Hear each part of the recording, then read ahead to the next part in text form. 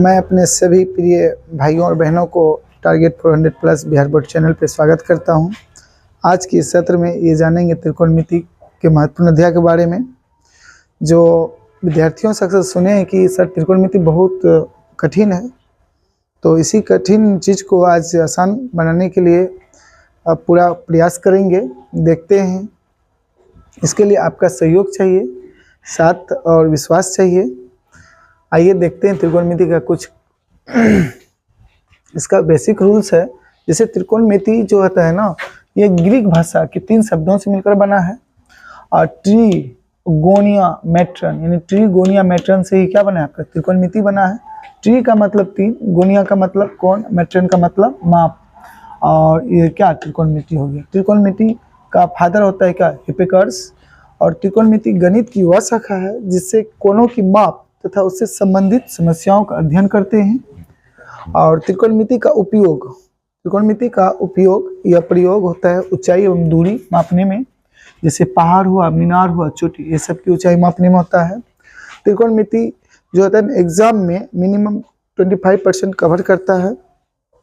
त्रिकोणमिति में योगदान Thales, Pythagoras और आर्यभट्ट साहब सबका भी है। पाइथागोरस प्रमेय है क्या, यदि किसी त्रिभुज में कर्ण का वर्ग, ये त्रिभुज है, ये कर्ण का वर्ग शेष दो अन्य दो भुजाओं, तो शेष ये कर्ण के बाद ये दोनों अन्य दो भुजाओं इसके योग के बराबर होता है। जैसे कि यहाँ पे हम कर्ण का वर्ग, लंबा भुजा वाला को कर्ण कहते हैं। जैसे यहाँ पे कर्ण हुआ, शॉर्ट में इसको हाइपोटेनियस, एच होता है छोटी एच या बड़ी एच। लंब जो ये जो है लंब परपेंडिकुलर, जिसको पी छोटी पी या बड़ी बी से। आधार बेस, जिसको बड़ी बी या छोटी बी से। तो यहाँ पे कर्ण का स्क्वायर बराबर लंब का स्क्वायर प्लस आधार का स्क्वायर। बोले भी बड़ी किसी त्रिभुज में कर्ण, तो सबसे लंबे भुजा को, ये जो सबसे लंबी भुजा होता है कर्ण होता है, तो इसका वर्ग शेष ये दोनों के बाद बचा कौन, तो ये लंब और ये मेरा आधार, तो यही दोनों बचा, तो ये दोनों के योग, तो वर्गों की योग, लंब का कर्ण का वर्ग तो लंब का भी वर्ग और आधार का वर्ग, ये दोनों के योग का मतलब जोड़ क्या होता है, बराबर होता है। कर्ण को हम संकेत में h से और लंब को p से और आधार को b से, तो h स्क्वायर बराबर p square plus b square हुआ, और h बराबर √100 p square plus b square. इसी तरीका से अगर मुझे कर्ण यहाँ बोला गया, अगर यहाँ पे लंब बोला जाए, तो लंब के लिए तो लंब तो मेरा यहाँ है, तो ये आधार जो है ना प्लस में है, इधर कर्ण है, तो इसको इधर भेज दीजिए, तो कर्ण है ये, इधर आधार आ गया, तो आधार का स्क्वायर लंब स्क्वायर बराबर कर्ण स्क्वायर माइनस आधार स्क्वायर, तो लंब बराबर कर्ण स्क्वायर माइनस आधार स्क्वायर का ओवर रूट। सेम प्रोसेस वही है रूल्स, आधार स्क्वायर बराबर कर्ण स्क्वायर माइनस लंब स्क्वायर, यानी बी स्क्वायर बराबर H square minus P square, तो बी बराबर √100 H square minus P square. अब थेल्स प्रमेय को याद रखने का, पाइथागोरस प्रमेय को याद रखने का तरीका है कला का मतलब ये होता है, ये देसी तरीका है। कला को से कर्ण, लौ से लंब, आ से आधार, यानी कर्ण का स्क्वायर, लंब का स्क्वायर प्लस आधार का स्क्वायर। अब देखिए इसमें ट्रिपलेट नंबर होता है। ट्रिपलेट नंबर होता है क्या, तो ट्रिपलेट नंबर हम बोले क्या, सबसे बड़े वाला भुजा का वर्ग बचा कौन, ये और ये दोनों के वर्ग, इसका वर्ग और ये दोनों का वर्ग के योग के क्या होता है, बराबर होता है। तो वही है ट्रिपलेट नंबर को अब याद रखना है। तो नाम कैसे याद होगा, कैसे जानेंगे ट्रिपलेट में है या नहीं, तो इसको हम इस रूल्स पे देख लेंगे। जैसे कि यहाँ पे इसका रूल्स होता है n स्क्वायर माइनस 1 और 2n और n स्क्वायर प्लस 1, लेकिन n का मान कभी भी 1 नहीं रखना। अब हम देखते हैं ये सही रूल है कि नहीं है। तो n का मान हम ले लिए 2, तो n स्क्वायर यानी 2 का स्क्वायर माइनस 1, और फिर 2 का स्क्वायर 4 माइनस 1 बराबर 3। यहाँ पे भी 2n, 2 और n के बीच में यहाँ गुना है, 2 गुना 2 4, यहाँ 4 दे दिए, फिर n स्क्वायर प्लस 1, 2 का स्क्वायर 4, 4 1 5 हो गई। तो ये पहला लिए, फिर एक और दूसरा भी लेते हैं, आप n बराबर 3 भी ले सकते हैं, 4 5 6। तो एक और एग्जाम्पल है, अब n का मान यहाँ 3 का स्क्वायर 9 माइनस 1 8 हुआ। अब यहाँ फिर 2 गुना 3, 3 दूनी 6 हुआ, फिर यहाँ n का स्क्वायर यानी 3 का स्क्वायर 9 और प्लस 1 10 हो गया। तो अब इसी तरीके से सब निकाल सकते। तो कुछ हम ट्रिपलेट नंबर आपको दे देते हैं, जिसमें ये अगर ट्रिपलेट नंबर मेरे माइंड में रहेगा तो आसानी से किसी भी सवाल को हम कर सकते हैं। ऐसे 3 4 5, तो इसमें सबसे बड़ा भुजा मेरा 5 होता है, तो इसका मतलब 5 मेरा कर्ण हुआ, और ये लंब और आधार कुछ भी हो सकता है। तो बड़ा भुजा कर्ण का, बड़ा भुजा का वर्ग यानी 5 का स्क्वायर 25 हुआ, अब 25 हो ही गया, ये दोनों का वर्ग 4 का स्क्वायर 16 और 3 का स्क्वायर 9, 16 9 25 बराबर 25 हुआ। इस तरह से 13 का स्क्वायर होगा, 13 का स्क्वायर 169 सबसे बड़ा हुआ, ये कर्ण मानेंगे। अब ये दोनों का वर्ग देखते हैं बराबर होता है, जैसे 12 का स्क्वायर मेरा होता है 144 और यहाँ पे 5 का स्क्वायर हो जाता है मेरा 25, 25 9 25 144 अब फिर आपका 25, ये कितना 169, ये तो मेरा किसका है 13 का स्क्वायर है। इसी तरीके से ये कर्ण हुआ, ये आपका लम अधर कुछ भी मान सकते हैं। तो एक जो सबसे बड़ा होता है वो कर्ण होता है, बाकी जो उससे छोटा होता है वो आधार। और कुछ चीज यहाँ पे हम जान सकते हैं, जैसे 2 का स्क्वायर 4 और √2 का स्क्वायर 2, 3 का स्क्वायर 9 तो √3 का स्क्वायर 3 कर देंगे, और 5 का स्क्वायर 25 तो √5 का स्क्वायर 5। एक तो हम देखते हैं, जैसे कि मान चलिए यहाँ पे हम √3 है इसका स्क्वायर करते हैं, इसका मतलब √3 दो बार आपस में गुना होगा, दोनों पे रूट है, एक ही अंदर रूट ले लीजिए आप, 3 गुना 3, और इसमें कितना छिपा था 2 छिपा था, इसका मतलब 2, यानी √3 का स्क्वायर मेरा कितना हो गया 3 हो गया। तो इसी तरह से √5 का स्क्वायर भी 5। और एक और एक्स्ट्रा नॉलेज, ये सिलेबस से बाहर है लेकिन त्रिकोणमिति के मान में इसका प्रयोग होता है। अगर ये ऊपर 0 और नीचे कुछ भी, ऊपर हम 0 दे दिए नीचे हम कुछ भी दे दिए तो भी 0 होगा। जैसे कि मान चलिए यहाँ पे हम 7 8 9 कुछ भी डाल दें तो भी 0 होगा, या आप 10 दे दीजिए 20 दे दीजिए, कुछ भी डालिएगा ना तो समझिए उसका मान कितना होगा 0 होगा। अब इसी को उल्टा देते हैं, अगर 30 नीचे है 0 ऊपर है, अब ऊपर कर दीजिए 30 और नीचे कर दीजिए 0, तो संख्या बटे 0, यानी कि ऊपर आपका कुछ संख्या आ गया नीचे 0, तो ऊपर संख्या नीचे 0 तो वह इन्फिनिटिव होता है। इन्फिनिटिव का मतलब अनंत, जिसका अंत ही नहीं होता है। तो ऊपर संख्या नीचे 0 इन्फिनिटिव, ऊपर 0 नीचे संख्या उसका मान 0। अब ये इधर त्रिकोणमिति का निष्पत्तियां होता है, तो ये तो उसका बेसिक था।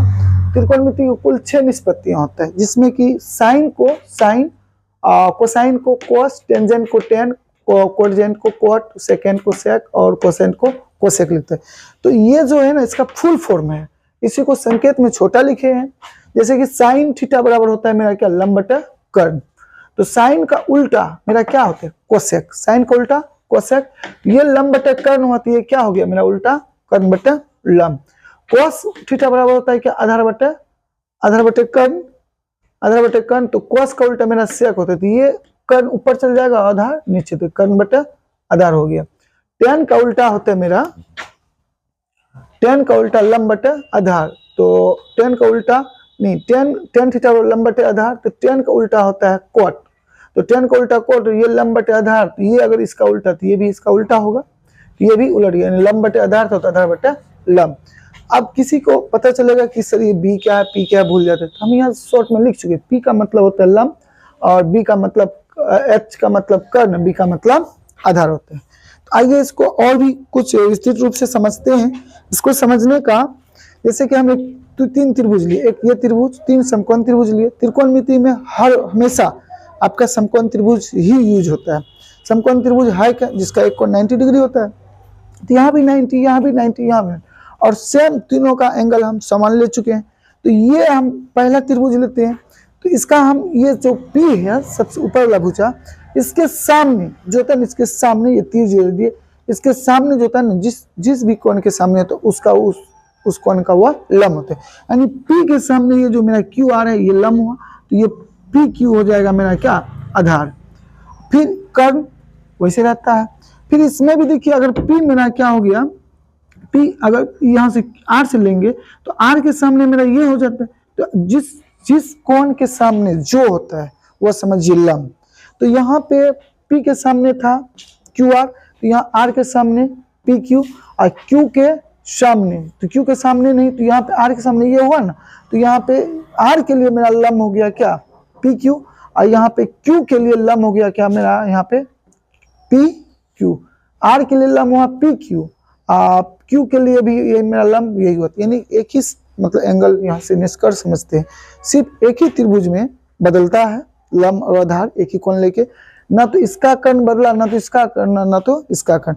आप कोण Q लीजिए या कोण आर दोनों का लंब और आधार बराबरी होता है।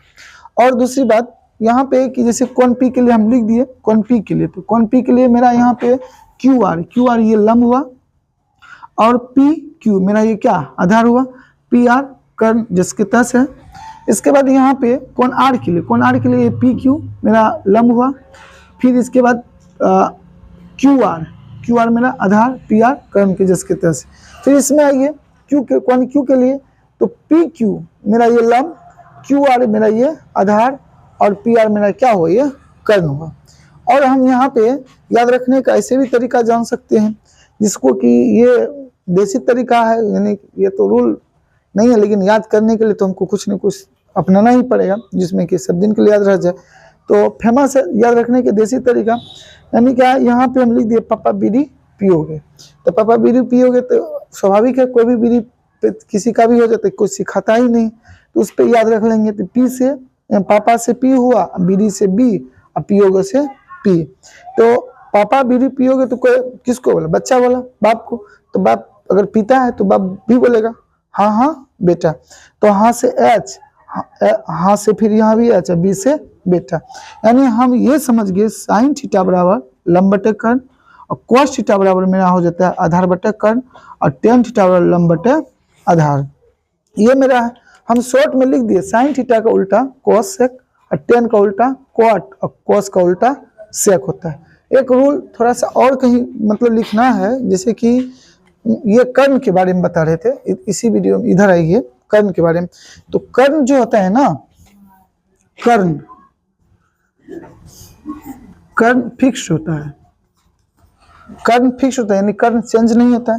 लंब और आधार ये कोण के अनुसार चेंज होते रहता है।